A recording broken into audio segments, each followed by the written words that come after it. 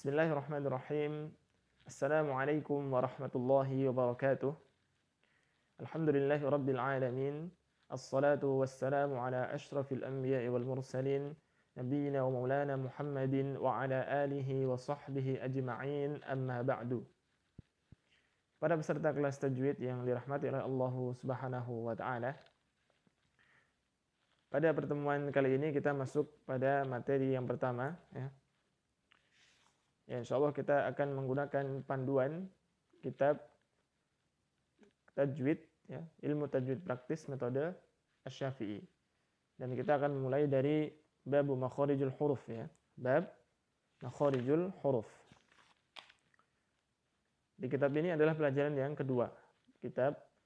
Pelajaran yang kedua, bab makharijul huruf. Ya. Makharijul huruf, ya, adalah tempat-tempat keluarnya huruf. Ya, makharij berasal dari kata makharij dan al-huruf. Makharij, ya, merupakan bentuk jamak dari makhraj yang artinya adalah tempat keluar. Adapun makharij maka berarti tempat-tempat keluar. Al-huruf yakni huruf, ya, huruf-huruf hijaiyah maksudnya. Maka makharijul huruf adalah tempat-tempat keluarnya huruf hijaiyah. Ini yang disebut dengan makharijul huruf. Nah, kemudian untuk mengetahui di mana tempat atau makharijul huruf dari suatu huruf, ya, atau makhraj dari suatu huruf bisa dengan dua cara, ya. Yang pertama adalah dengan mentasydidkan huruf yang ingin kita cari makhrajnya. Misalnya, kita ingin mencari makhraj dari huruf ba, ya, huruf ba. Maka kita tambahkan tasydid pada huruf ba tersebut. Kemudian sebelum huruf ba ini kita tambahkan huruf hamzah. Nah, kemudian kita baca abba. Nah, abba, abba. Nah, maka terasa penekanannya ada di kedua bibir. Nah, maka makhraj dari huruf ba ada di kedua bibir.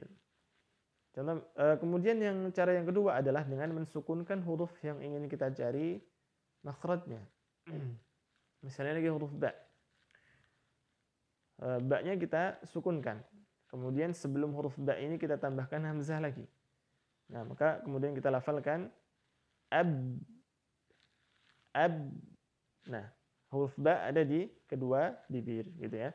Kurang lebih seperti itu cara untuk mengetahui makhraj suatu huruf. Nah, kemudian kita lanjutkan, ya, pada macam-macam makharijul huruf, ya, macam-macam makharijul huruf. Ya, tadi sudah kita sampaikan, ya, pengertian makharijul huruf itu apa, yakni tempat-tempat keluarnya huruf.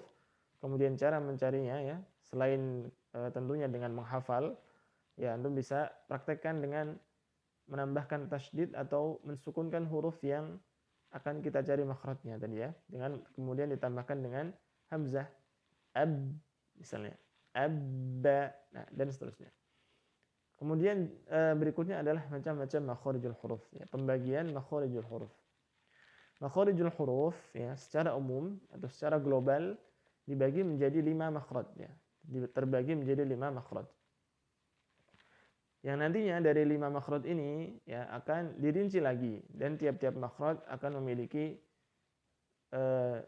rinciannya lagi, gitu, ya. Misalnya ada satu makhraj yang memiliki 10 bagian, 10 tempat. Ada makhraj yang memiliki 3 tempat dan seterusnya. Nah, kita sebutkan dulu, ya, macam-macam makharijul huruf secara umum, ya, secara umum. Ada 5, dibagi menjadi 5 makhraj secara umum. Yang pertama adalah al-jawf. Al-jawf, ya. Al-jawf. Al-jawf, ya, adalah rongga mulut dan rongga tenggorokan. Ya. Maksudnya adalah rongga, ya, rongga ruang kosong yang ada di mulut dan di tenggorokan. Nah, bagaimana ruang kosong ini bisa menjadi makhraj atau bisa menjadi tempat keluarnya huruf? Nanti akan kita jelaskan insyaallah. Kemudian makhraj yang kedua adalah al-halq, ya, al-halq. Al-halq yaitu tenggorokan, ya, tenggorokan kita, tenggorokan. Kemudian yang ketiga adalah al-lisan, ya, al-lisan, lidah. Yang keempat adalah asy-syafatan, ya, asy-syafatan, kedua bibir. Ya, dan yang kelima adalah al-khayshum, ya, al-khayshum, ya. Ya, ini apa? Rongga hidung atau pangkal hidung. Ini adalah 5 makhraj, ya. Pembagian makhraj secara umum dibagi menjadi 5, ya. Kita ulang kembali. Al-jawf, al-halq, al-lisan, asy-syafatan, al-khayshum. Ini pembagian makhraj secara umum. Nah, kemudian kita masuk kepada makhraj yang pertama, ya. Makhraj yang pertama adalah al-jawf. Al-jawf. Ya, ini apa tadi? Al-jawf, rongga mulut dan rongga tenggorokan, ya. Ya, ini rongga, ya, ruang kosong di mulut dan di tenggorokan. Dari al-jawf ini keluar, ya, keluar huruf-huruf mad, ya. Merupakan tempat keluarnya huruf-huruf mad. Nah, huruf mad ini ada 3, ya. Alif, waw sukun dan ya sukun, ya. Alif, ya, alif yang didahului oleh harokat fathah, waw sukun yang didahului oleh harokat dhammah, ya sukun yang didahului oleh harokat kasrah. Nah, ini adalah tempat keluarnya, ya, di al-jawf, ya, yakni di rongga. Bagaimana pengertiannya? Ya, maksudnya begini. Jadi ketika kita mengucapkan bacaan panjang, ya, misalnya contoh yang mudah, ya, kita ucapkan bacaan yang dibaca panjang lebih dari 1 harokat, ya. Misalnya idza jaa, ya. Ketika kita mengucapkan huruf jim, ja, harokat fathahnya dipanjangkan. Nah, maka bacaan panjang itu keluarnya dari al-jawf, dari rongga. Jadi jim dia punya makhraj tersendiri nanti, ya, kita jelaskan insyaallah. Jim punya makhraj tersendiri. Adapun bacaan panjangnya nah, ini keluarnya dari al-jawf, ya. Jadi idza jaa.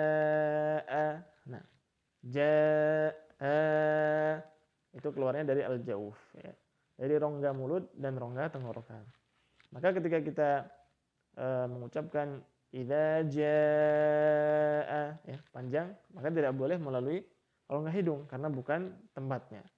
Dan biasanya kesalahan yang terjadi pada makhraj al-jawf ini adalah mengeluarkan huruf mad atau bunyi mad dari rongga hidung, ya. Contohnya misalnya bisa kita tes dengan menutup lubang hidung kita. Idza jaa. Kalau suaranya berubah berarti dia masuk ke hidung. Kalau tidak berubah dia berarti sudah betul, ya, di rongga mulut dan rongga tenggorokan. Nah, ketika kita contohkan ketika suaranya masuk ke hidung, idza jaa.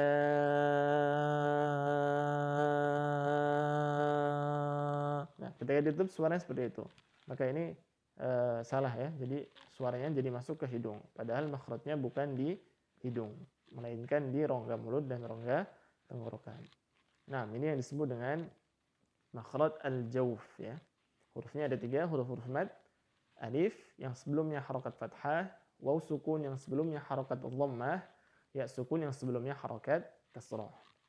Nah, demikian pada pertemuan kali ini, semoga bisa difahami. Wallahu ta'ala a'lam bis-shawab. Wassallallahu ala nabiyyina Muhammadin wa ala alihi wa sahbihi ajma'in wa akhiru da'wana 'anil hamdulillahi rabbil alamin.